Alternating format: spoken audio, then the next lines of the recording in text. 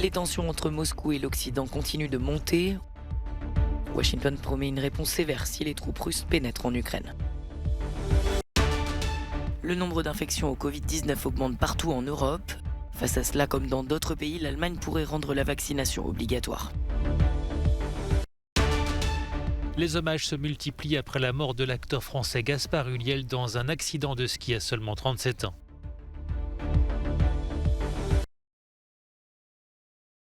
Avec des dizaines de milliers de soldats russes massés à la frontière, les tensions entre Moscou et l'Occident montent.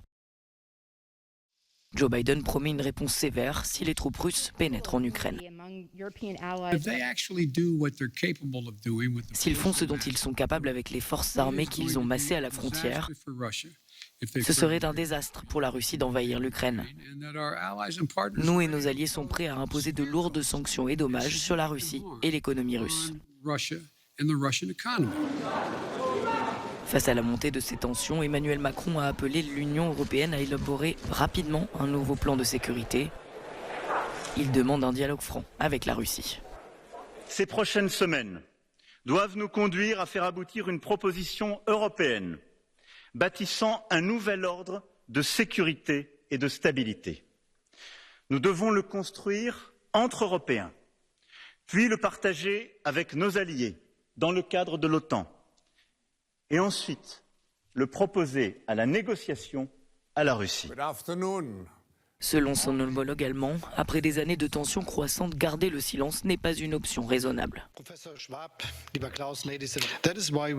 C'est pourquoi nous rappelons à Moscou notre engagement envers l'intégrité territoriale de l'Ukraine et notre principe clé d'ordre de paix européen, selon lequel les frontières ne doivent pas être déplacées de force. Les États-Unis ont annoncé une nouvelle aide militaire de 200 millions de dollars à l'Ukraine qui s'ajoute aux 450 millions déjà accordés. Le secrétaire d'État américain Anthony Blinken a appelé le président russe à choisir la voie pacifique pour sortir de la crise. De son côté, Moscou réclame des États-Unis la garantie que l'Ukraine n'adhérera jamais à l'OTAN. Étroit. Harmonieux. Comme un air de campagne électorale, à quelques semaines de la présidentielle en France, la présence d'Emmanuel Macron devant le Parlement européen a galvanisé certains de ses opposants, comme Yannick Jadot, député européen, mais aussi adversaire écologiste du président sortant dans la course à l'Élysée. Monsieur le Président de la République, vous resterez dans l'histoire, Monsieur le Président de la République, le président de l'inaction climatique. Parce qu'au fond, vous êtes un climato-arrangeant. Vous préférez signer des armistices avec les lobbies plutôt que de mener la guerre contre le dérèglement climatique. Vous préférez procrastiner, tel Meryl Streep dans le film Don't Look Up. Un échange qui a suscité une bronca d'élus qui ont réclamé que cesse ce débat à leurs yeux national. Les sociodémocrates ont salué la demande française d'une réforme de la Charte européenne des droits fondamentaux pour y inclure le droit à l'avortement. Mais en matière de diplomatie, ils veulent aller plus loin. Il faut permettre d'en finir avec le principe d'unanimité en matière d'affaires étrangères pour que l'Europe puisse vraiment avancer et que la dimension internationale soit aussi une de nos priorités. Le groupe PPE a plutôt bien reçu les priorités énoncées par le président français. Ils appellent à renforcer la souveraineté européenne alors qu'Emmanuel Macron a déclaré que le dialogue avec Moscou était toujours nécessaire. Nous ne voulons pas de relations négatives avec qui que ce soit, mais nous devons nous assurer que chacun respecte nos valeurs européennes. Et sur ce point, Emmanuel Macron a été clair. La journée s'est terminée par une controverse, Emmanuel Macron ayant refusé de répondre aux questions après la conférence de presse. Plusieurs journalistes ont choisi de quitter la salle.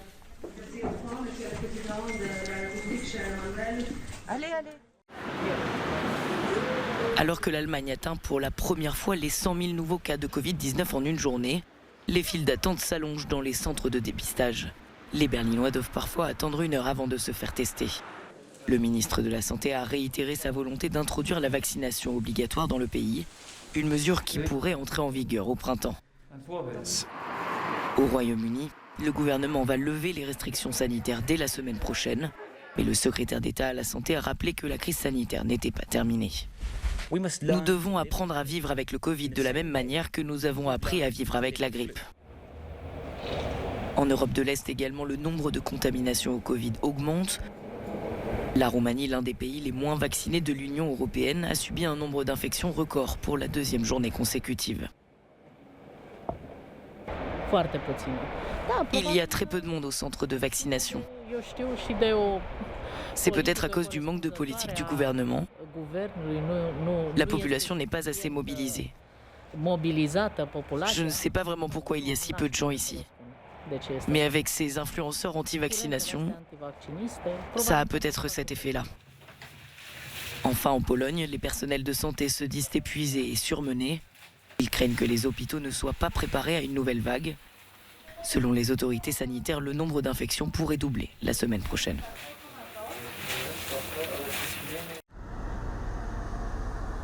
C'est une cyberattaque de grande ampleur. La Croix-Rouge a été victime d'un vol de données de plus de 515 000 personnes.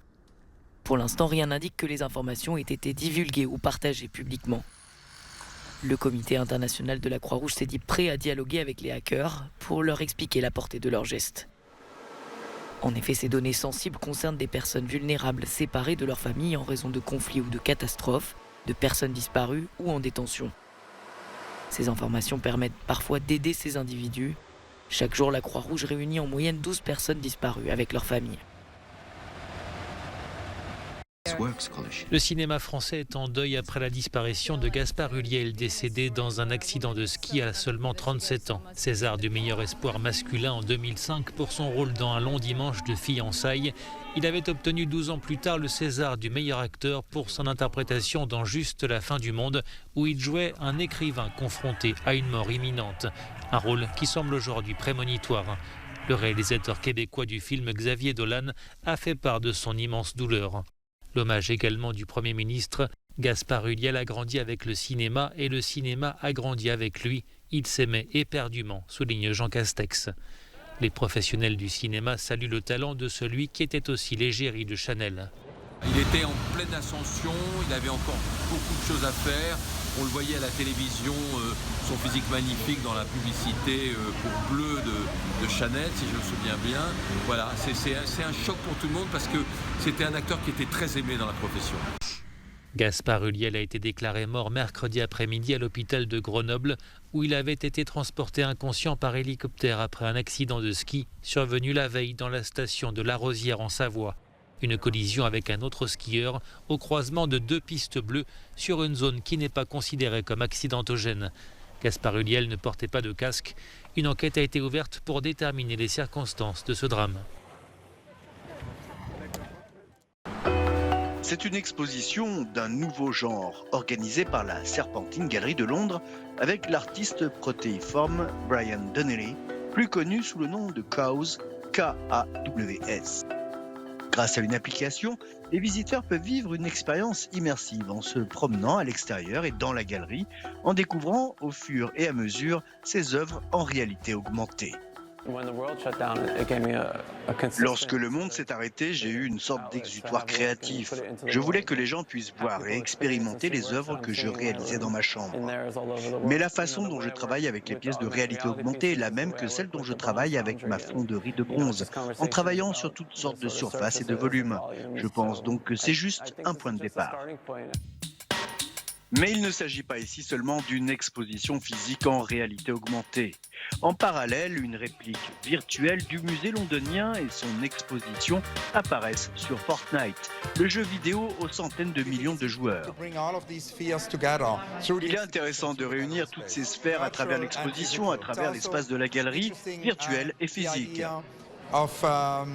Nous pensons que l'idée d'un dialogue transgénérationnel est également intéressante, car bien sûr, la moyenne des joueurs du jeu est nettement plus jeune, si l'on regarde les statistiques, que l'âge moyen d'un visiteur, d'un musée ou d'une exposition. L'exposition peut être vue à la Serpentine Galerie de Londres jusqu'au 27 février, et bien sûr aussi en ligne avec votre téléphone portable de n'importe où en Europe et dans le monde.